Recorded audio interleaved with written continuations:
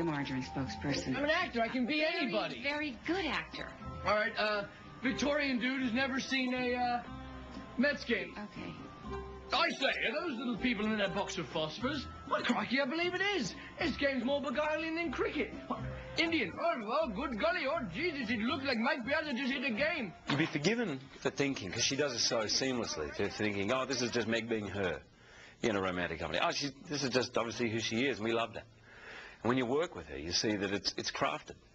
She looks at every scene, and she'll come up with me and say, why don't we break this scene down into these beats? And it's like a theatrical training, and she knows how to transform that page of prose, or of writing, of dialogue, and make it into something funny. What is that? I beg your pardon? Why are you standing? I'm accustomed to stand when a lady leaves the table.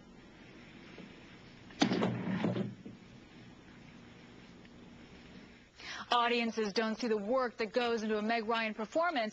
They just enjoy watching her. And Meg Ryan could enjoy a lot more than she allows herself to. Her co-star explains. I remember when we were rehearsing, I brought into rehearsals a little tray of sushi, a little takeaway tray of sushi. And she said, oh, sushi, I love some of that sushi. And I said, sure, I have some. I said, why don't you get your driver to go and get you some? We're in the middle of nowhere. And she said, well, just ask my driver to go and get some sushi? Is that who you asked? I said, yeah, they're just down there. She said, can you really ask your driver to get your sushi? I said, Meg, you're one of the biggest movie stars in the world. Your driver will go to Japan and pick it up for you if you want. You know, she goes, yeah, I've got to remember all those things, those perks, you know. In 2001, Meg's production company closed its doors after producing 5 films, including French Kiss and The Wedding Planner. Ryan decided to spend more time with her son, Jack. Do you enjoy being a mom? I love being a mom. I love being a mom to my particular son, too. Yeah. Is he aware of what you do? More and more so. More and more so because, not because of any real change in him, but because of the change in the kids around him, you know, and the awareness kids around him have. Jack has definitely changed Meg's outlook. Well, I think I'm kind of calmer. I think I've given up every illusion I've ever had about controlling anything, you know, because here's this little being. And I think that it's sort of made me more compassionate and more able to see kind of the gray area of life, really, you know, and I was much more at a want to say things were more black and white before I had Mr. Jack Henry.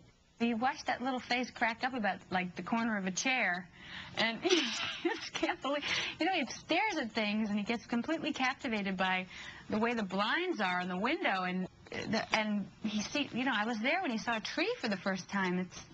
It's really an amazing thing. And I was wondering, when are you happiest? You know, I hear Jack singing in the shower, and I just can't tell you how happy that makes me. When you look at your own child and you realize, you know, you can't really relate to their experience growing up. I mean, my growing up was nothing like his. I mean, he has 2 famous parents. How bizarre. How's he going to get through that? He seems to be doing pretty well, though. Did you do a documentary? Yeah. Yeah, I took Jack to Thailand in, when was it, June or something, and we went to do this documentary on the white elephant of Thailand. It was a fantastic experience. And it's great to bring your little boy on such an adventure, too, and to look around, and he's got his mosquito stuff on and his big sun hat, and he's got some stick, his walking stick that he's hiking up the top of this mountain ridge in the middle of the jungle. It was really great. When we return, sometimes things just have to fall apart in order for you to build them back up again the way you want them. With me? Nothing. I'm difficult. It's challenging. I'm too structured. I'm completely closed off. But in a good way. No, I drove him away.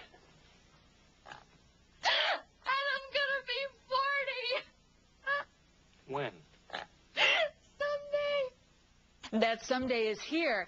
Meg Ryan recently turned 40, and she feels terrific about it, even though she and husband Dennis Quaid called it quits after 9 years of marriage. Now, Meg has always been guarded about her private life. Still, when we sat down, she talked about the impact of that difficult experience.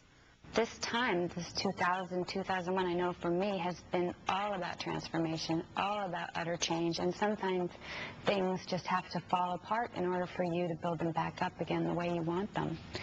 And, I mean, that's the optimistic way of looking at it, and I prefer to look at it that way. And I know you're a really private person, and for whatever reason, a lot of it played out. Well, it's hard enough to go through a divorce. It's hard. That's hard enough. And really, that was my main focus. And Jack and whatever was happening, whatever story was getting told in the tabloid press, was a story that was being told that was full of half information and very little truth. Also in 2000, Meg met Russell Crowe while shooting the movie Proof of Life. The two started dating, and the tabloid press jumped all over the romance. It was a very interesting time because I really had to pay attention to my reaction to it. And really, truthfully, a growthful time for me because it just became so clear to me that I can't factor into my life how I'm perceived or misperceived, you know. And I think sometimes there's a story that just gets told in the zeitgeist in you as a famous person or a character in that play, whether or not it has anything to do with you. So I feel like I had to distance myself a little bit from it. But a lot of it was truly really painful. That not just that people wrote the things that they wrote and that there is the institution of the tabloid press exists at all in the world, but it exists because people like to read it. And a lot of people believe what they read. Yeah. It's very tempting. I mean, I do. I know the people I read things about, and I know it's not true, but you see it in black and white, and you can't help but think. I mean, there's something about it that's a sort of chemical reaction. You just buy it. Eventually, Meg and Russell split. She was on her own and seemingly happy about it. I think I can't get over I have so much gratitude for my life and really the people in my life. They're the best thing. I didn't know if there was anything else you wanted to add. No, I'm good. You're good? It was fun. It was real. This is my first time out for this